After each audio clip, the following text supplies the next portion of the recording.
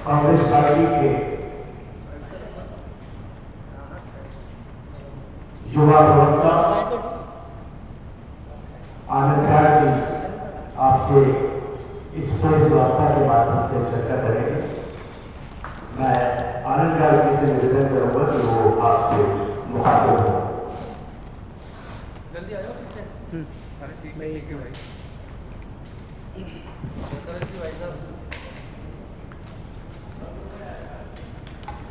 आदरणीय आवाज आ रही है? आदरणीय पत्रकार साथियों, सादर नमस्कार। आज हम एक बहुत महत्वपूर्ण बातचीत करने के लिए आप सबको यहाँ आमंत्रित किया है हमने। मध्य प्रदेश में पिछले 20-22 साल से भारतीय जनता पार्टी की सरकार है। इसमें शिवराज चौहान 16.5 साल से ज़्यादा लंबे समय तक मध्य प्रदेश के मुख्यमंत्री रहे हैं और भोपाल हो, इंदौर हो, ग्वालियर हो, जबलपुर हो या कोई भी शहर हो, हर जगह मास्टर प्लान की मांग जनता करती है, लेकिन भाजपा मास्टर प्लान नहीं बल्कि माफिया प्लान बनाती है। और ये बात मैं नहीं कह रहा हूं, ये बात खुद शिवराज सिंह चौहान जी बार बार अपने शासन के दौरान कह चुके हैं कि माफियाओं से जमीन मुक्त कराई जाएगी, माफियाओं से जमीन मुक्त करा के और हम गरीबों को आवाज देंगे। लेकिन आज जो मैं बात कहने जा रहा हूं उस विदिशा की है जहां से शिवराज सिंह चौहान का पिछले 3 दशक से ज्यादा पुराना नाता है। और विदिशा एक ऐसा शहर बन गया है जहां एक शहर और 2 कानून चलते हैं। गरीबों के घरों पर बुलडोजर चलाना भाजपा की नीति है और माफियाओं को इस तरह के संरक्षण देना भी भाजपा की नीति है। मैं स्टेप बाय स्टेप आपको चीजें बताऊंगा। दरअसल विदिशा के लिए एक विदिशा उद्वहन सिंचाई परियोजना 1977 के आसपास शुरू की गई थी और यहां पर आपको बेतवा नदी के किनारे एक कोने में सफेद सा स्ट्रक्चर दिख रहा होगा। ये दरअसल पानी की एक टंकी है जो पंप हाउस की तरह काम करती है। यहां से पानी लेकर सीधे यहां से यहां तक नहर थी और एक कुआं था। मैं आपको सारी चीजें बताऊंगा। तो ये नहर जो है 1997 में बंद हो गई और विदिशा के आसपास के 3 गांवों में इस जमीन का अर्जन किया गया, यानी कि भूमि अधिग्रहण किया गया नहर के लिए जल संसाधन विभाग ने। और उस विभाग के अर्जन करने के बाद चूंकि ये शहरी क्षेत्र में आ गया था तो 1997 से ये योजना बंद कर दी गई थी। लेकिन चूंकि जमीन का मुआवजा स्थानीय स्तर पर किसानों को दिया गया था तो जमीन किसकी हो गई? शासन की हो गई। लेकिन आप यहां देखिए कि ये स्ट्रक्चर जो पंप हाउस है, इसमें बड़े बड़े हार्स पावर की मोटरें लगी थी। अभी भी आज भी आपको केबल दिख जाएंगी इसमें मोटरों की। और यहां पर पूरा नहर का स्ट्रक्चर था। बीच में आपको एक मकान भी दिख रहा होगा और यहां पर वो कुआं है। अगली स्लाइड में मैं आपको दिखाता हूं। ये वो पंप हाउस है, ये पंप हाउस है और ये वो कुआं है। कुएं का अगला फोटो मैं एरियल व्यू में फिर से दिखाता हूं। ये कुआं है और इसी कुएं का वो छोटा फोटो, करीब से फोटो जो है वो ये दिख रहा है। ये पंप हाउस है और फोटोज मैं आपको दिखा दूंगा। ये मकान जो है वहां स्थानीय लोग बता रहे हैं कि ये किसका है। आप देख पा रहे हैं नीचे क्या लिखा है? पढ़िए आप जरा। पूर्व मंडल अध्यक्ष खामखेड़ा और जिला कोषाध्यक्ष विदिशा। तस्वीर किसके साथ है? शिवराज सिंह चौहान जी के साथ है। ये उसी का यहां पर वो कुआं है, यहां पर, ये यहां कहीं पर, और यहां से ये नहर सीधे इधर आई थी। मतलब ये एक कॉम्प्लेक्स है, यहां एक पेट्रोल पंप है। ये सब जो है अवैध है और सरकारी भूमि पर अतिक्रमण है। आपको जानकर हैरानी होगी कि ये सड़क वो है जो भोपाल से आती है और ये ईदगाह चौराहा कहलाता है। और इसके इस तरफ, यहां पीछे की तरफ अगर हम जाएंगे तो यहां पर कलेक्ट्रेट और सभी सरकारी कार्यालय आपको दिखाई देंगे। ये वो पूरा एरियल व्यू अब आप देखिए कि यहाँ पर वो पंप हाउस है, यहाँ वो मकान है और इधर वो पेट्रोल पंप और वो सारी व्यवस्थाएं हैं, यहाँ कहीं पर वो कुआं है। तो कुल मिलाकर यहाँ कॉलोनी भी कटी हुई आपको दिख रही है, इधर गार्डन भी बन गया है और तमाम तरह की व्यवस्थाएं हैं। गरीबों के घर जब टूटते हैं तो हमने देखा कई बार प्रधानमंत्री आवास भी इन्होंने अवैध अतिक्रमण बताकर तोड़ा है और यहाँ पर पिछले 20-22 साल में कोई कार्रवाई नहीं हुई है। तो भाजपा मास्टर प्लान नहीं बनाती है, भाजपा माफिया प्लान बनाती है। अगर मास्टर प्लान बनाती तो भोपाल, इंदौर, ग्वालियर, जबलपुर और जितने भी मध्य प्रदेश में जिले हैं उन सबको मास्टर प्लान मिल जाता। लेकिन असली बात यह है कि 2005 में जब मामा जी मध्य प्रदेश के मुख्यमंत्री बने तो उन्होंने नए माफिया खड़े करने शुरू किए। यह उसका एक अप्रतिम उदाहरण है।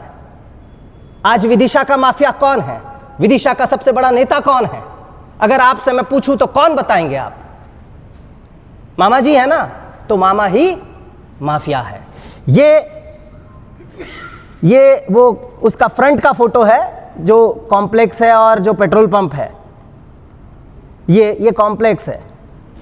कलेक्ट्रेट के सामने एक अवैध बिल्डिंग खड़ी हो गई और प्रशासन जो है लेटर खेल रहा है।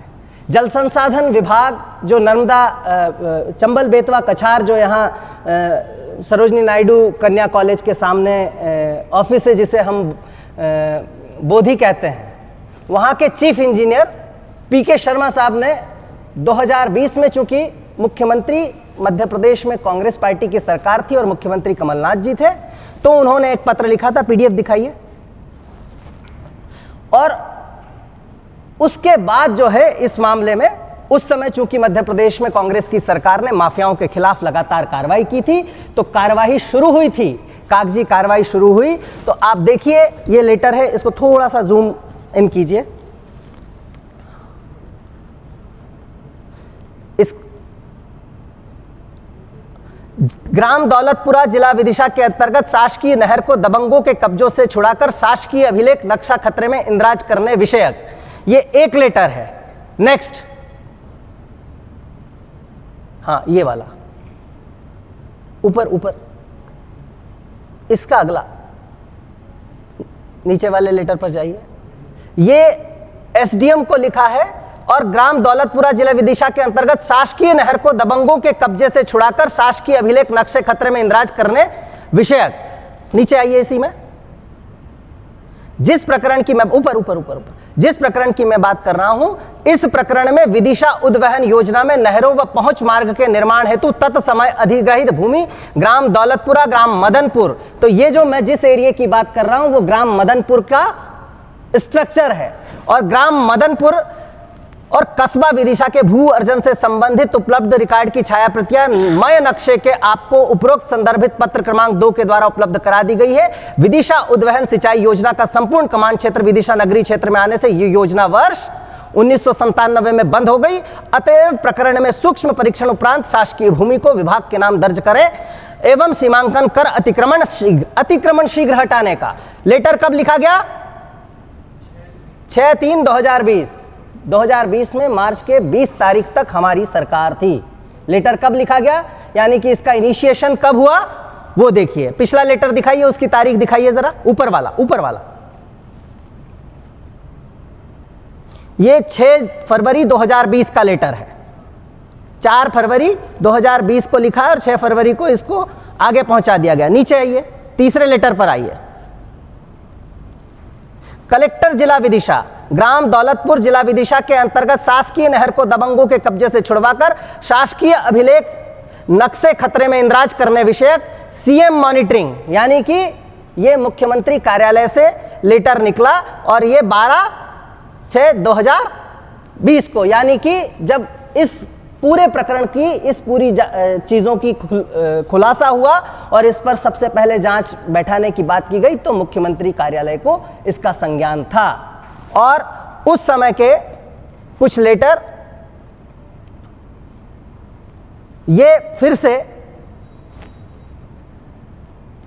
लिखा गया एक लेटर है कि दबंगों से छुड़वाकर, बार बार जिन लोगों पर जिक्र हो रहा है, और आपको ये बात मैं बताऊं कि 2005 में जब से शिवराज चौहान जी मुख्यमंत्री बने उसके बाद से 7 कलेक्टर और बड़े अधिकारी बदले जा चुके हैं, लेकिन कब्जा शासकीय भूमि पर माफियाओं का स्थायी तौर पर हो रखा है। आगे बढ़ाइए, आगे बढ़ाइए, नीचे कीजिए।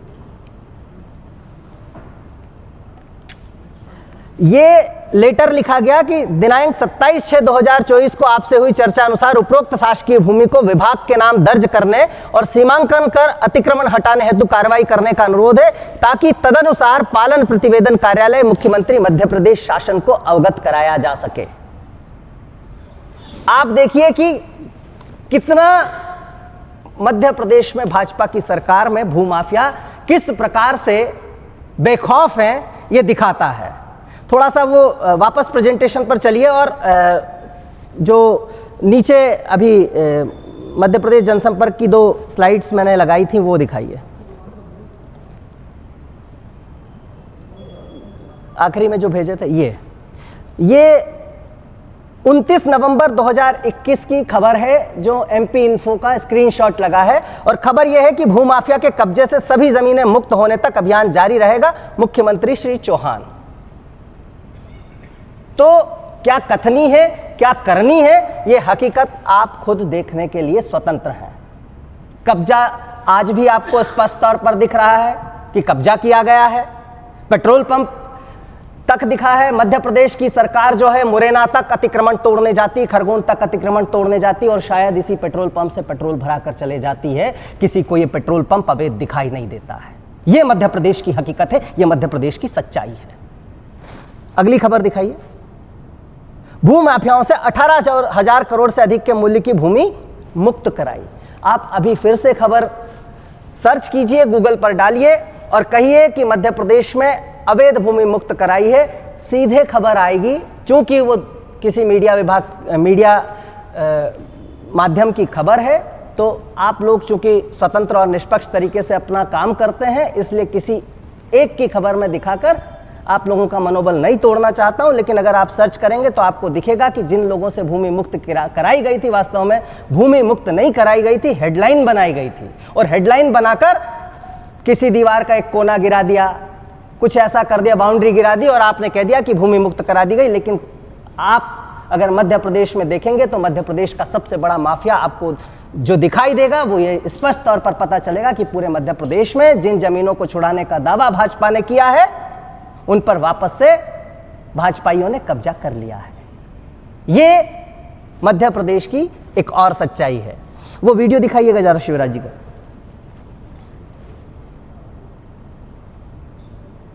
ये वीडियो बगल वाला, इधर वाला, ये तो वो घर है। इसको मैंने चूंकि मौके पर मुआयना करके आया, देख कर आया, तो मैंने देखा कि किस तरह से नहर की जमीन पर रसूखदार लोगों ने कब्जा कर रखा है।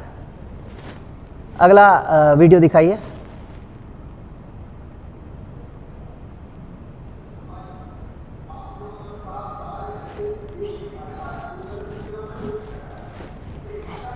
ये माइक लो और शुरू से चलाओ।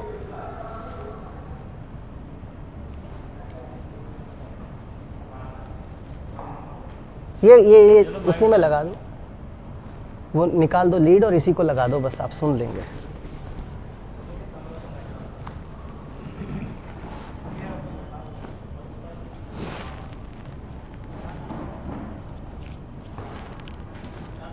राहुल भाई आ जाइए ना।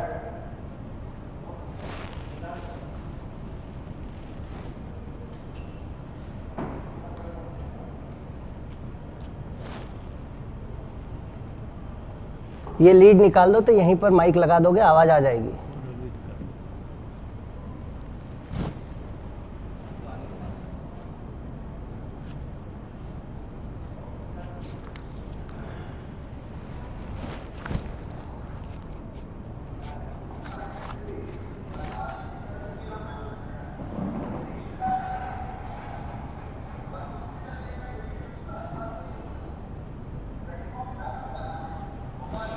मैं बता देता हूँ ये क्या कह रहे हैं, आप लोगों को शायद ठीक से सुनाई नहीं दे रहा है।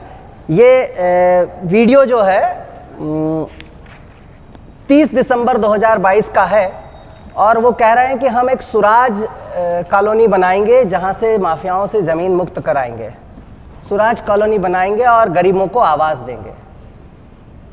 आपके लिए ये खोज का विषय है कि कहीं पर अगर सुराज कॉलोनी बनी हो, 2021 की बात है और 2023 तक 2 सालों में अगर एक भी सुराज कॉलोनी पूरे मध्य प्रदेश में कहीं बनी हो तो आप बताएं। ये कुल मिलाकर हेडलाइन मैनेजमेंट का गेम है। 30 सालों के बाद भी अगर हम ये कहें कि शिवराज जी ने ये किया, शिवराज जी ने वो किया, तो विदिशा में क्या विश्व स्तरीय स्वास्थ्य सुविधाएं हो गई हैं, विश्व स्तरीय अस्पताल हो गए हैं, कुपोषण का एक भी केस नहीं आता होगा मेरे ख्याल में, शिक्षा की व्यवस्था दुरुस्त होगी। लेकिन जब इस तरह की घटनाएं दिखाई देती हैं तो खून खौलता है, और खून खौलने का मतलब ये है कि प्रशासन जिन पर हाथ रखने में डरता है, ऐसे माफिया किसके संरक्षण से पैदा होते हैं, मैं समझता हूं कि ना समझ आप भी नहीं हैं, ना समझ हम भी नहीं हैं, और ना समझ कलेक्टर भी नहीं है। जो कलेक्टर, मतलब ये बात कहना थोड़ा सा अप्रिय सा, मन में एक ग्लानि होती है कि हम कलेक्टर के बारे में ये बात कह रहे हैं, लेकिन कलेक्टर हाथ डालने में क्यों डर रहा है? क्यों उसे परेशानी है कि सरकारी जमीन है और सरकारी जमीन के पूरे दस्तावेज हैं? अगर नहीं दस्तावेज हो तो मेरे पास ये पूरी फाइल है जिसमें इस नहर का नक्शा भी है, ये पूरा नक्शा है, ये पूरा नक्शा है। दस्तावेज होने के बाद अगर माफियाओं से मुक्ति नहीं की जा रही है सरकारी जमीन, तो फिर क्या किया जाए? क्या आम आदमी न्याय की गुहार कर सकता है? नहीं कर सकता है। और मैं सरकार को, जिला प्रशासन को चुनौती देता हूं कि अगर आने वाले समय में इसे समय रहते शासकीय अभिलेखों में दर्ज करके इस भूमि को अतिक्रमण मुक्त नहीं कराया गया, तो कांग्रेस पार्टी और हम सब विदिशा की जनता के न्याय के लिए विदिशा की जनता के साथ खड़े होकर उग्र आंदोलन करेंगे और बताएंगे कि शासकीय भूमि से अतिक्रमण कैसे मुक्त होता है। धन्यवाद। ये जमीन अभी शासकीय अभिलेख में दर्ज नहीं है क्या? शासकीय अभिलेख में दर्ज है, लेकिन इस पर केवल लेटरबाजी की जा रही है कि हमें ये कागज नहीं मिल रहा है, हमें वो कागज नहीं मिल रहा है। 22 विक्रय पत्र के माध्यम से ये भू अर्जन किया गया था, उसमें से कुछ विक्रय पत्र जो हैं वो वापस से उन्होंने दर्ज कर दिए हैं अपने अभिलेखों में, और कुछ के लिए जो है वो टालमटोल की जा रही है, लेकिन ये टालमटोल बर्दाश्त के बाहर है।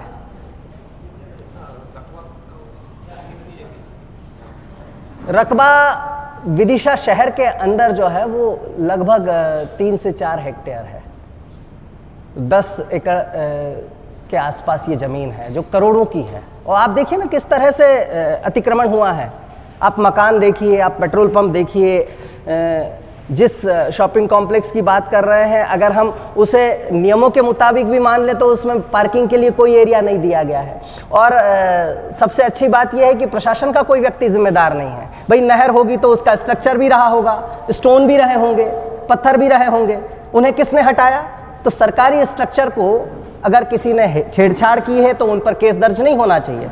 और जिन लोगों की ये जिम्मेदारी थी कि वो रखवाली करें, यानी कि जल संसाधन विभाग के अधिकारियों की और जिला प्रशासन की, वो अपनी जिम्मेदारी से मुंह क्यों मोड़ रहे हैं?